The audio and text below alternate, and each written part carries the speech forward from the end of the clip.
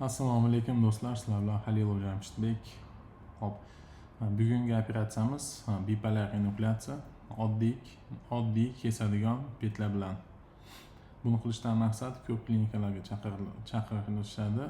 Bunda inoklatsion petlar bo'lmasligi, odatda shu bor narsa bilan qilishga majbur bo'laman. Shu sababdan shu rezeksiya qiladigan petlar bilan inokulatsiya qilishni ko'rsatishda qaror qilgandim. Boshidan apikal qismdan sfinkterni bo'shatish bilan boshlayapmiz. Buni asosiy qilishdan maqsad operatsiyadan keyingi muddatda CD tutolmaslikni oldini olish. Biz уже bo'shatib bo'ldik. Xo'p, biroz mexanik kuchlanish bilan ozgina itariladi. Mexanik kuchlanishni berganda bizda kapsula ochiladi. Kapsula ochilganda bipolar inokulatsiyaning afzal tarafi shuki, bizda bir vaqt o'zida koagulyatsiya qilib ketiladi. Mana deyarli CD pufagini bo'yniga chiqdik. Bu juda ham oz vaqtimiz oldi. 2-3 minut vaqt oldi xolos. Mana biz уже CD pufagdamiz. Bir vaqt o'zida koagulyatsiya qilishlikning afzal tarafi shuki, biz venalarni og'zini yopib ketamiz. Sodda qilib aytganda, venani yopganimizdan keyin prosvetini yopamizda, ya'ni venani yopishdan maqsad shuki, bilamiz venada qon bosimi kam bo'ladi. Shu sababdan bizda irrigatsion suyuqlikni qon aylanish tizimiga o'tishligini oldini olamiz. Qancha ko'p bizda xonash bo'lsa, shuncha ko'p ushbu suyuqlikda absorpsiya bo'lishligi oshib boradi.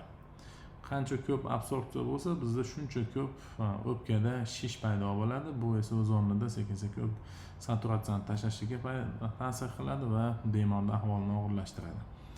Endi biz bu tomondan qarama-qarshi tomondan kiryapmiz. Biroz bizda qiyin ketganligi uchun men bu tomondan, ya'ni o'zimga nisbatan o'ng tomondan kirib, chap tomonga mexanik harakatlar bilan o'tib oldim.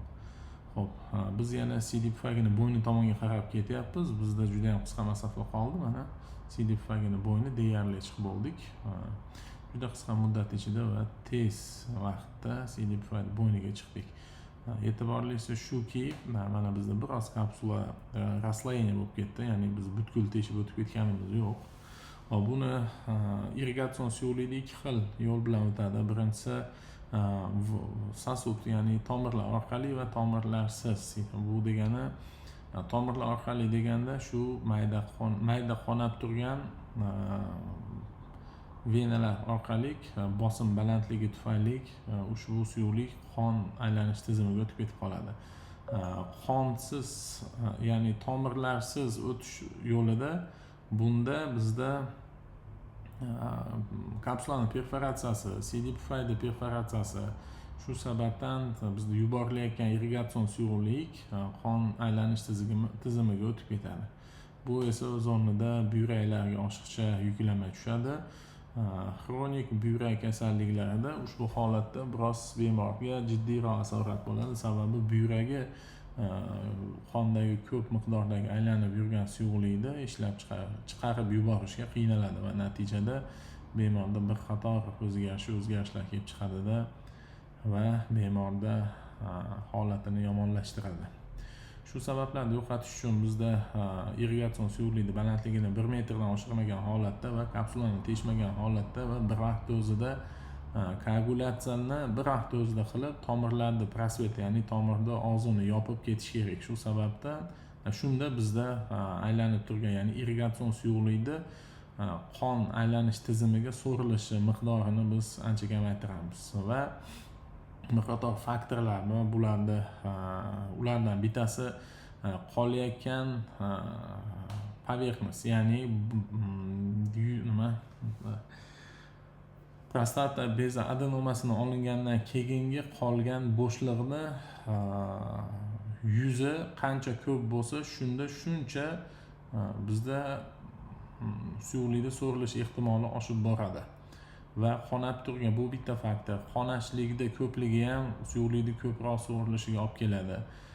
Doktorning mahorati yaxshi bo'lmaganligi sabab qavatlarda adashib qolib, uzoq muddat qolib ketilgan holatda ham suyuqlikni so'rilish ko'proq bo'ladi.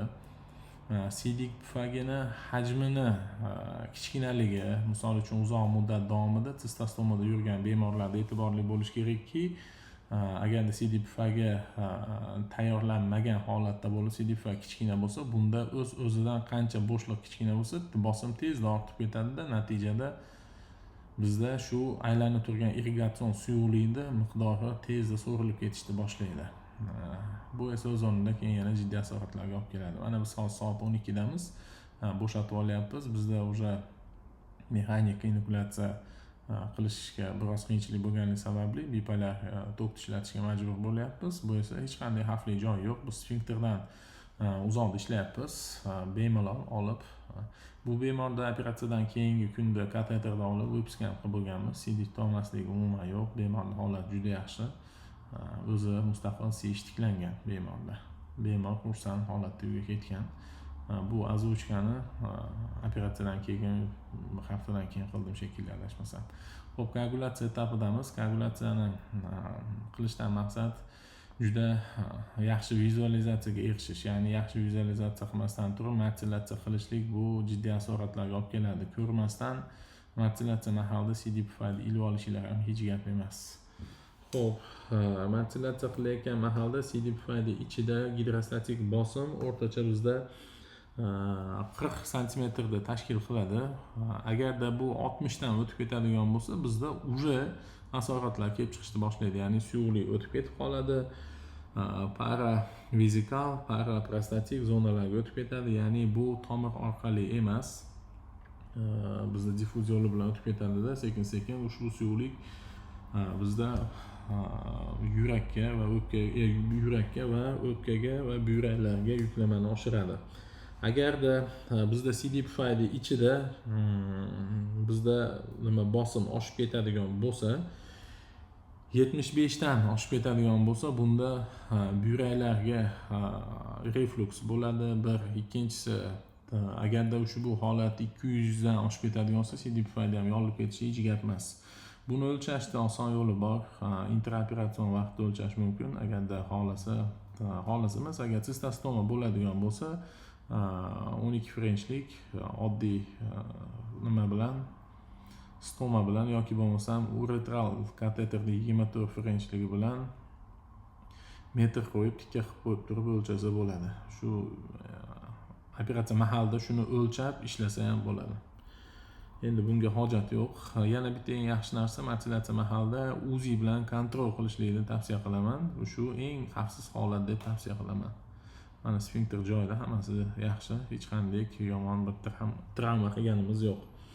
Xo'p, agarda siydik pufagi ichida bizda uzoq muddat baland yuqori bosim bilan ishlaydigan bo'lsak, ya'ni 60 santimetrdan, ya'ni gidrostatik 60 santimetrdan baland holatda bo'lsa, bu operatsiyadan keyingi muddatda o'tkir siydik tutilishiga olib kelishi mumkin yoki shu siydik pufagi bilamiz, bu muskul organ hisoblanganligi uchun muskul organda oziqlantiradigan qon tomirlarni biz perirastinoz qilib, ya'ni o'ta cho'zib hisobiga qon aylanishi buziladi, ishemiya holatiga keladi. Bu keyinchalik operatsiyadan keyingi muddatda dizuriyalarga olib keladi. Shuning uchun martillatsiya mahal siydik pufagi ichidagi bosimni kontrol qilish kerak. Xo'p, bizda siydik pufagi ichidagi bosim 40 dan, stabil 40 dan oshiq baland turadigan bo'lsa ham, bu suyuqlik absorpsiya bo'lib ketadi va o'z o'rnida o'pkani ishishiga olib keladi. Bu jiddiy muammolarga olib keladi. Shuning uchun maslahatim, operatsiyani mentor ostida qilishni tavsiya qilaman. Shunda ishlar tez bo'ladi va bemor uchun ham xavfsiz bo'ladi. Xo'p, ismim Halilov Jamshidbek, urologman, kontaktlarni qoldirganman. Savollar bo'lsa bemalol kommentariyaga yozib qoldiringlar. Xo'p, shu nima savol bor, o'z qaytadan kuzatyapsiz, обязательно yozib qoldiringlar va podpisatsiyani bosib qo'yinglar. Bizning kanalimizni rivojlantirish uchun sizdan bizga yordam bo'ladi. Biz sizga doimiy ravishda o'zimizni qilib yurgan operatsiyalarimizni yuklab va shunaqa kommentirovat qilib sizga foydali ma'lumotlarni yetkazib boramiz. Salomat bo'linglar. Kim qaytadan kuzatayotganligini обязательно yozib qo'yinglar. Дорогие друзья, будьте здоровы.